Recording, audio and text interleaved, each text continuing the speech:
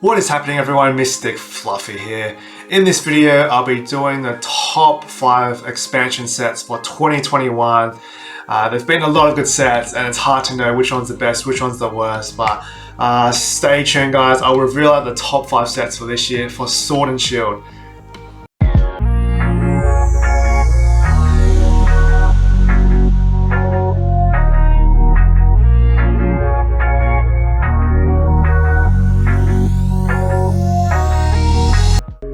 Alright guys, so this year has been very exciting. A lot of new modern cards, new sets have fulfilled our taste buds, and it's been a complete blast. You know, it's hard to weigh out which one's the top one, which is the second best one, but I'll compare which one is what from my opinion is the best set from the worst to the best. Okay guys, so in 5th position we have Sword and Shield Rebel Clash. So that's takes the 5th spot. It's not the best set, it's probably up there similar to your Steam Siege. Just the only real chase card is Boss's Orders, the hyper rare. Other than that, there's not really many chase cards in the set. You know, there's no real legendary cards, there's no popular cards that people are really after, no really rare cards. So that's why Rebel Clash deserves the 5th spot, which is the worst spot for this year. So in 4th place we have the base set Sword and Shield. So Sword and Shield, it's a bit of a, I feel like it's an underachiever. It's kind of like on the low end of everyone's radar. The reason being is because Sword and Shield, the two legendaries is Zamazenta and Zacian, and you can pick them up from the Sword and Shield base set, and it's the gold cards of both Zamazenta and Zacian, so they're actually quite good pickups for the cards. I definitely believe that it would go up in value, Sword and Shield, but just it will be more of an slow exponential growth of its value if you have the booster box. And we did pull the Lapras V as well, so that was a nice card that we pulled from that booster pack. So taking in at 3rd spot is, you've guessed it, Darkness Ablaze. So Darkness Ablaze is the first expansion set that has the Charizard in the card set. So you can pull the VMAX Charizard, which the raw card itself sells for about, at the moment it goes for around $160, $180 give or take. So that's current sold listings on eBay.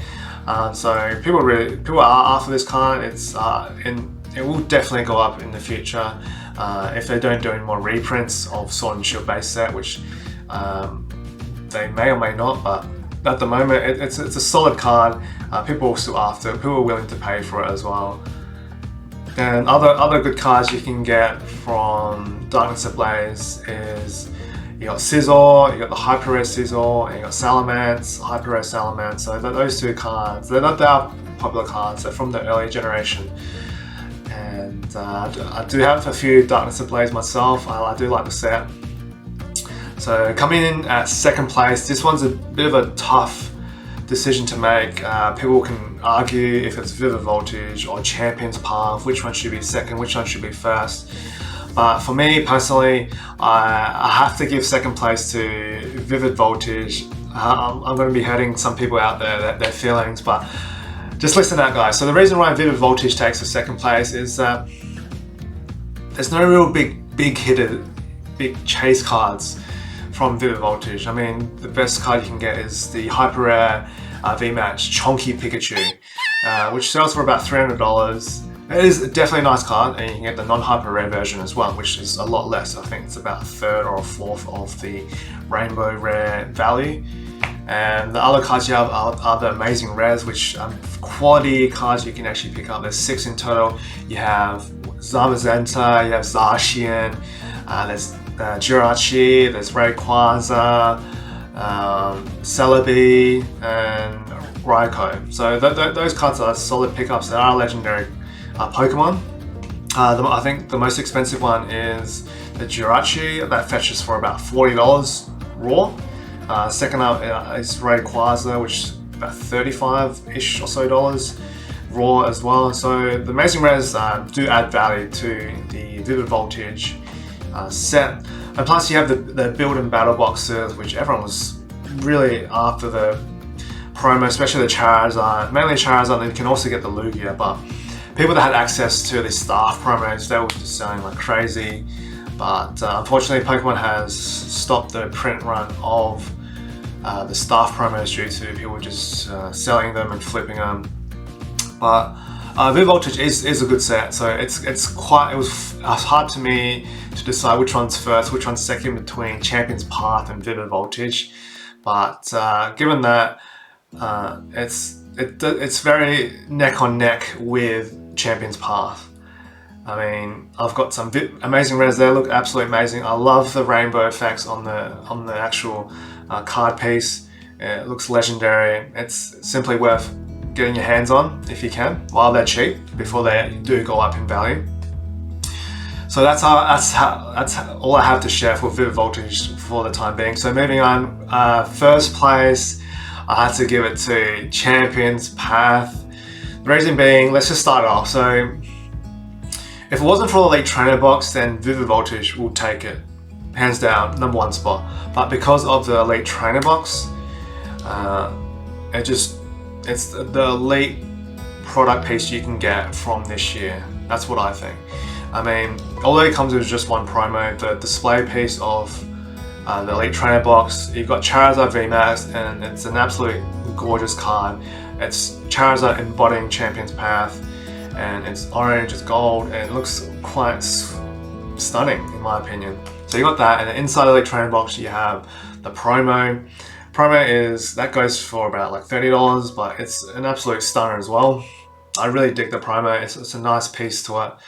And the two chase cards that you want are the Hyper Rare VMAX, which goes for about I think $700 or so. I think it's dropped in value since Christmas, but it was at like $800 at one point. And then you have the Shiny V Charizard that goes for a similar price to the Hyper Rare. So those two are the big chase cards of this year. So there you have it. And then there's also the mediocre cards, or sort of mediocre. You have the Gardevoir Hyper Rare, which is a nice collection point or collection piece as well.